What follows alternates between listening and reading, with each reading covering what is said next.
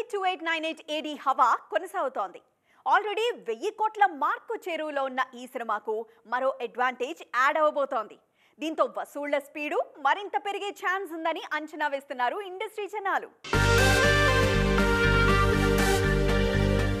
ప్రభాస్ హీరోగా తెరకెక్కిన భారీ budget science fiction action drama కల్కి 2898 ఏడి రీసెంట్ గా ఆడియన్స్ ముందుకొచ్చిన ఈ సినిమా భారీ వసూళ్లు సాధిస్తోంది.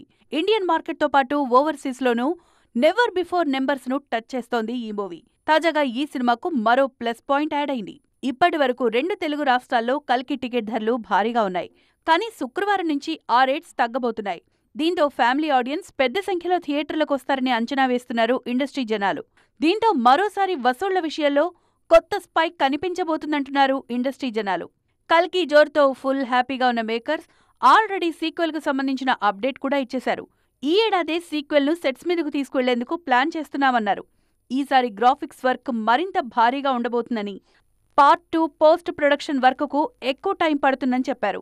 సీక్వెల్ వర్క్ అంతా ఫినిష్ చేసి రిలీజ్ చేయడానికి మినిమం ఏడాది టైం పడుతుందన్నారు మేకర్స్. అంటే నెక్స్ట్ ఇయర్ ఎండింగ్ లోనే ఈ సినిమా ఆడియన్స్ ముందుకొచ్చే ఛాన్స్ ఉందన్నారు.